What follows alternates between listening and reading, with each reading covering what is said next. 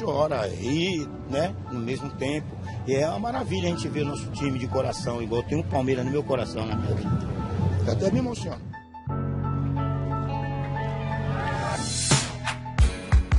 Ser palmeirense é uma coisa que já vem de dentro da gente, parece que a gente já tem no sangue. Não tem descrição, você tem que ser palmeirense para saber o que é ser palmeirense. A quarta maior torcida do Brasil não abandona o Palmeiras, mesmo quando o momento é de reforma, reformulação. O time está na Série B, o estádio em obras. Neste armazém provisório, alguns dos mais importantes troféus do Palmeiras refletem as melhores recordações, tanto dos torcedores como dos ídolos. Só do Campeonato Brasileiro são 8 taças de campeão, que fazem o Palmeiras, ao lado do Santos, o clube mais vitorioso do país. Seu João nasceu na década de 40. Lembrar da infância é lembrar do Palmeiras. Com 5 anos, meu papai já me levava para ver futebol. Seu João ainda era um adolescente em 1960, quando assistiu ao primeiro título nacional do Palmeiras. Era um entre os 40 mil torcedores eufóricos que lotaram o Pacaembu para a final da Taça Brasil contra o Fortaleza. Quando eu tinha 13 anos, eu fui ver esse jogo, até me assustei, que o Fortaleza saiu na frente com um gol de charuto. Mas o Palmeiras virou o jogo, ficou 8-2 para nós. Mas o melhor ainda nem tinha chegado. 2 anos depois da primeira conquista, o Palmeiras fez a maior aposta de sua história. Contratou Ademir da Guia, filho de Domingos da Guia, o divino mestre. A genialidade que estava no sangue fez com que Ademir, em pouco tempo, também fosse batizado divino. O Ademir da Guia mudou a forma de jogar do Palmeiras e, consequentemente, obrigou as outras equipes a se adaptarem como neutralizar a forma de jogar do Palmeiras. O único que fazia falta realmente pra gente, que a gente andava perdido, para até que o carro perdeu o freio, era o divino, Ademir da Guia, né? Quando o Ademir da Guia não jogava, era duro. Ademir liderou a equipe nos 2 títulos nacionais conquistados em 67, a Taça Brasil e o Roberto Gomes Pedrosa. No Robertão, que aconteceu no primeiro semestre, o Palmeiras venceu o Grêmio por 2-1, com 2 gols de César, o César Maluco, que ainda se sagrou artilheiro do campeonato com 15 gols marcados. Quando eu pisava no gramado, eu falava pro pessoal, olha, vamos ganhar, hein? Se tiver engrossando, deixa comigo. Se complicar alguma coisa, deixa comigo. Quase 2 meses depois, veio a Taça Brasil. E aí, disputou a final contra o Náutico, numa melhor de 3 jogos. Nós tínhamos o primeiro jogo lá no Recife e nós conseguimos ganhar esse jogo lá. Então, na quarta-feira, o Náutico teria que vir aqui em São Paulo e nós acreditávamos que seria um jogo assim mais tranquilo. O imprevisto é que, bem nesta época, o divino estava de casamento marcado. Minha noiva, naquela época, era chilena. Então eu tive que viajar para o Chile para resolver lá, assinar um papel. Quando voltei, na segunda-feira, o técnico falou, Ademir, você não treinou, então vamos manter o pessoal que treinou. Então eu fiquei fora desse jogo. Mas aí o Náutico nos surpreendeu e ganhou aqui em São Paulo. No terceiro jogo contra o Náutico, o técnico Mário Travalini não cometeu o mesmo erro. Convocou Ademir para regime de concentração máxima. Ou quase máxima, porque o craque conseguiu se casar. Na partida de desempate, 2-0 e o tricampeonato. Então eu tive que casar, concentrar, jogar, fazer gol e depois ir para a lua de mel. Quando terminou o jogo, o time do Palmeiras se abraçou numa bandeira brasileira e uma bandeira paulista e atravessou o gramado inteiro com essa bandeira nas costas. Então é diferente o futebol por causa disso. Aquele tempo era romântico. O tom do romantismo vinha da poesia do jogo de um time em que todos contribuíam com o seu verso. Em campo, era um misto de elegância e eficiência. Implacável eficiência. Quem viu o time jogar não se deslumbra com o Barcelona de agora. Muita posse de bola, muita orquestração de jogada, mas também com ataques e contra-ataques explosivos, letais. O público via, aplaudia, aprendia. O que era um time virou uma academia. O Jornal de São Paulo resolveu apelidar que aquilo não era um time de futebol, era uma academia que dava aulas de futebol. Em 1969, o Palmeiras venceu o último campeonato brasileiro da primeira era da academia. Um título marcante e muito sofrido, que só foi confirmado através das ondas do rádio. A última rodada, num domingo à tarde, Palmeiras e Botafogo no Morumbi, Cruzeiro e Corinthians no Mineirão. Aconteceu o seguinte, o jogo aqui, não sei porquê, o jogo aqui começava meia hora mais cedo. Logo, terminou meia hora mais cedo. 3-1 para o Palmeiras. Se o Cruzeiro ganhasse de 1 gol do Corinthians, o Palmeiras seria campeão. Se o Cruzeiro ganhasse de 2 gols do Corinthians, ele, Cruzeiro, seria campeão. E se empatasse, o campeão seria o Corinthians. O presidente, os diretores tinham, né, o rádio, a pilha. Naquela época usava mais a pilha. E eles ficavam esperando o término do jogo. Final de jogo. Cruzeiro 2, Corinthians 1. Título com um sabor totalmente diferente, porque o nosso arqui-inimigo tinha dado esse título de bandeja para a gente. Seu Edivaldo gosta especialmente de lembrar da década de 70. Como ele mesmo se define, era um meninão, na época em que o Palmeiras soube mudar para se manter no topo e rejuvenesceu a academia com uma outra academia. Leão, Eurípides, Pereira, Alfredo e Zeca, Dudu e Ademir da Guia. Leivinha, Madruga, Ronaldo e Ney. E nós ganhamos tudo em 72. Aí não tinha mais como não reconhecer que era a segunda academia. Manteve, contudo, o mesmo fio condutor da primeira, a dupla Dudu e Ademir. Aquela oportunidade não era fácil você encontrar dois jogadores que tinham tanta similitude um com o outro e tinha uma simbiose muito grande um com o outro, como eu tinha com o Ademir. Dá um sacode. Sempre brigou comigo, ele era terrível, mas eu também ajudava ele. Quando ele começava a querer bater no juiz, eu segurava ele. Lá, não, Dudu, calma. Aí, na nossa época, não tinha amarelo. Então, você levava o vermelho direto. Dudu era técnico, ótimo marcador, bom no corpo a corpo e na marcação por zona. Ademir da Guia era um craque. Não apenas clássico, um craque. Ó, um Zidane melhorado. Eu, quando de rabo de olho, que a bola vinha chegando em mim, eu já, vendo a cabeça branca dele, eu já tocava de qualquer jeito para ele. Eu sabia porque a bola, do jeito que ela chegava, ele dominava ela. Ele matava, punha no chão e é onde a gente ali saía jogadas boas, saía tranquilamente dali do sistema de defesa para frente. Essa equipe fez uma bela campanha no Brasileiro de 72. A final foi disputada contra o Botafogo de Jairzinho no Morumbi. E o Palmeiras chegou ao 5º título, academicamente, jogando com a letra do regulamento. E o 0-0 nos dava o título, porque nós tínhamos feito a melhor campanha durante o ano todo. Mas o Botafogo também tinha uma grande equipe.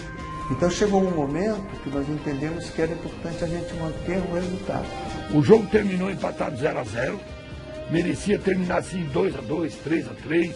Eu entrei no campo e peguei na mão dos jogadores, abraçando os jogadores na época, entendeu? Então foi um negócio muito gostoso.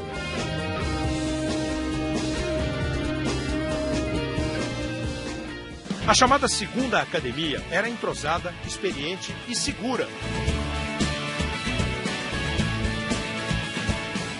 No nosso dicionário não existe derrota. Em 1973, entrou no jogo determinada a conquistar mais um brasileiro. A competição era exaustiva, nada menos do que 40 times naquele ano. Mas o Palmeiras mostrou que tinha fôlego de longa duração. A defesa se destacava. Encarar Leão e os zagueiros do Palmeiras não era brincadeira, não. Depois de 6 meses de disputa, Palmeiras e São Paulo se encontraram no Morumbi, na última partida do quadrangular final. E outra vez, a academia jogava com a vantagem do empate. 0-0. Aí já foi mais complicado ainda. Houve muita perca de gols, né? Tanto do São Paulo como do Palmeiras. Nós sabíamos que no São Paulo, no Morumbi, era muito forte. O São Paulo tinha uma equipe muito boa. O Brasil era novamente verde e a segunda geração da academia também virou imortal.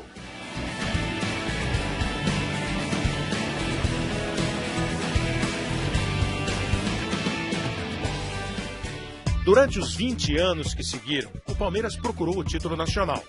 Chegou perto em 78, quando perdeu para o Guarani. Para voltar a vencer, implantou uma nova filosofia, que virou o modelo para o futebol brasileiro. Carlos viu de perto o nascimento da era Palmeiras Parmalat.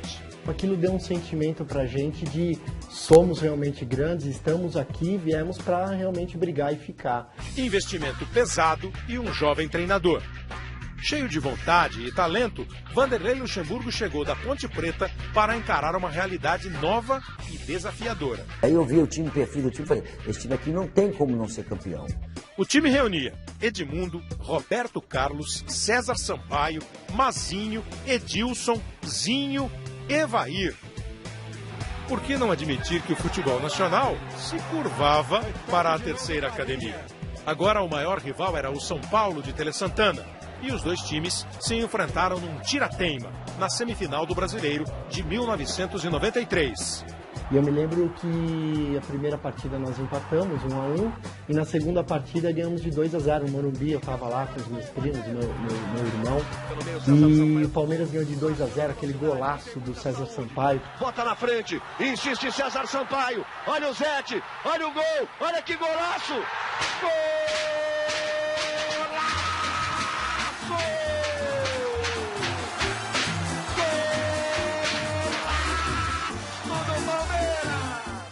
Eram muitos craques, e não cabiam todos. No banco, um jovem esperava por uma chance, sem saber que anos mais tarde ele se tornaria um grande ídolo e faria parte de uma das mais marcantes conquistas do clube. Eu acho que eu sou um torcedor como qualquer um outro torcedor do Palmeiras, né, que só quer ver o time ganhar. Não quer perder nunca. No Campeonato Brasileiro de 93, Marcos era o goleiro reserva. Tinha 20 anos. E tenho vontade de um dia atuar nessa equipe, né, que é meu sonho, de verdade. O titular era Sérgio. Jamais eu imaginava estar ali naquele momento. Aí foi emprestando um para um lado, um para o outro. Aí machucou um, machucou o outro, e eu acabei sobrando isso para mim, né? Então, para mim, foi uma lembrança maravilhosa, mesmo não ter jogado assim. Quando você está no banco de reserva, você faz parte do grupo, é como se você estivesse ali, né? E foi uma coisa assim que jamais vou esquecer. Depois de bater o São Paulo na semifinal, com um momento brilhante de César Sampaio, o Palmeiras tinha pela frente o Vitória. O primeiro jogo foi na Bahia. Bahia de Todos os Santos e superstições. E eu lembro que a gente entrou no campo para fazer o aquecimento, assim, aí o pessoal, não sei se de verdade ou se folclórico, o cara entrou com uma panelinha de farinha e jogou no pé do Sérgio, assim, dizendo que era macumba. O Sérgio ficou num desespero desgraçado de agora eu tô macumbado, o que eu vou fazer, né? Eu falei, isso aí não pega nada não, você ora que dá tudo certo. Nem toda a energia da Bahia foi capaz de parar o Palmeiras. A força do time ficou clara. O time era muito bom, só que nós conseguimos uma vitória muito interessante lá, que foi ganhar de 1-0. Aí obrigou o Vitória aqui a ter que mudar o jeito de jogar, né? Eu tinha que buscar um pouco mais. Com a vantagem conquistada em Salvador, o segundo jogo foi uma festa. 90 mil palmeirenses. E claro, o Carlos estava lá. E logo no começo o Evair já fez um gol e aí a festa já começou. Cruzamento, olha o gol!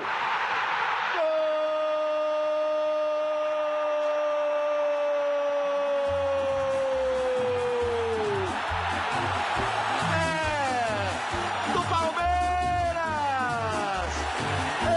Evair, número 9! Uma mistura de alegria com alívio, porque eu já tinha errado 2 gols lá, né? E eu tinha prometido ao Sérgio que aquele dia ia ter. A bola enfiada, alô, Nivaldo, para Edmundo, recolheu, driblou, pintou o segundo, ali, tocou para gol e... Que gol! Palmeiras! Edmundo, animal!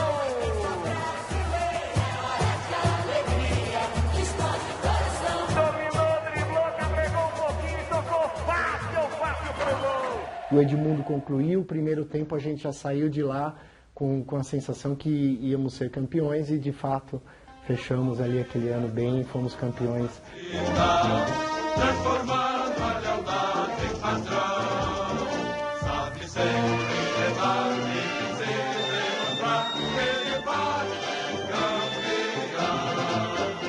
Em 94, teve. Em 1994, o Palmeiras foi devastador. Nosso time jogava mais solto, era mais tranquilo, já não tinha aquele 16 anos de peso nas costas sem título. A única coisa que poderia atrapalhar a boa fase do Palmeiras era a vaidade. Se dentro de campo havia sintonia, nos bastidores o clima era tenso, com um racha entre os jogadores. A discussão tinha muita. Várias vezes eu briguei com o Edmundo, eu acho que tinha até um ringue lá dentro do vestiário. Era duro de administrar. Muitos jogadores, estrelas, uns acostumados a ganhar, outros não. Como a gente sempre fala, né? Você não está ali no campo para fazer amigos, você está ali para ganhar título e você é pago para isso, né? Cada dia dois se enfrentavam lá dentro. Tive que afastar Edmundo, tive que afastar outro, tive que brigar com um, brigar com o outro. Tinha muita gente que não se falava, muita gente que não se bicava, mas dentro do campo todo mundo falava a mesma língua, né? Então era complicado você administrar o vestiário. Tinha que ser duro mesmo. E as pessoas, foi quando eu ganhei, fiquei com essa... Até hoje eu carrego o rótulo de prepotente, de uma série de coisas, porque se eu não fosse duro e passasse a imprensa me pegando pesado, eu era muito jovem, e tomando decisões importantes, porque eu tinha que tomar, ou eu não ia seguir minha carreira. E em 94, chegou mais uma estrela, Rivaldo, do Corinthians para o Palmeiras. Eu não torço para time nenhum aqui em São Paulo. Acho que pelo time que eu torço é o time do Santa Cruz, lá de Pernambuco. E aqui eu acho que eu defendo as camisas do time que eu sou contratado, né? Eu defendi a camisa do Corinthians, honrei a camisa do Corinthians e espero honrar a camisa do Palmeiras também. E o Rivaldo ainda não era aquele mega super jogador que começou realmente a se destacar lá. E a gente duvidava um pouco ainda. Da força do conjunto, ninguém era louco de desconfiar. Na final, contra o arquirrival, o Corinthians, de Marcelinho e Viola, o Palmeiras entrou em campo como favorito. Nós sabíamos que tínhamos condições de ganhar do Corinthians quando nós chegamos na final. Sabia que o nosso time era um time melhor do que o Corinthians naquele momento. Rivaldo estava tinindo. No primeiro jogo foram 2 gols, diante do ex-clube. Bobeou, perdeu, agora complicou de vez. Rivaldo tem a chance, bateu! Gol!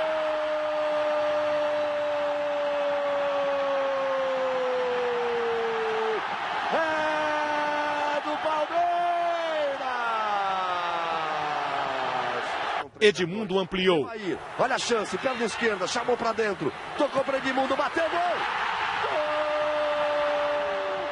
Gol! Um golaço do Palmeiras! Marques descontou para o Corinthians. Fim de jogo, 3-1 Palmeiras. Ninguém espera abrir uma vantagem tão grande se tratando de um grande rival, né? Domingo, o Corinthians terá 2 missões numa única partida. Golear o Palmeiras por uma diferença de pelo menos 3 gols e vencer a lógica. O primeiro jogo decidiu. A diferença daquele jogo lá, com o time que a gente tinha, com a diferença de gols, era impossível a gente perder o campeonato. Com esse espírito confiante, o Palmeiras foi mais uma vez ao Pacaembu. A gente sabia que precisava respeitar o adversário, mas a confiança era total. Quem abriu o placar foi Marques, para o Corinthians. O Marcelinho bateu, colocado na trave, olha o gol!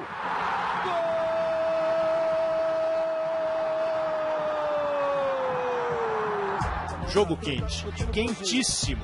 3 expulsões, 2 corintianas, 1 palmeirense. E quem decidiu o jogo? Mais uma vez, Rivaldo. 1-1. Olha o gol do Palmeiras, olha o gol do título, Edmundo, olha o gol, Rivaldo.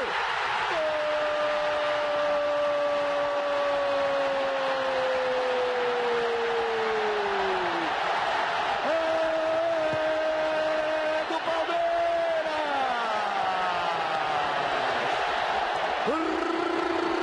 Rivaldo sempre ele! A estrela de Rivaldo brilha novamente na hora da decisão. Título com direito a Edmundo, incendiando a torcida.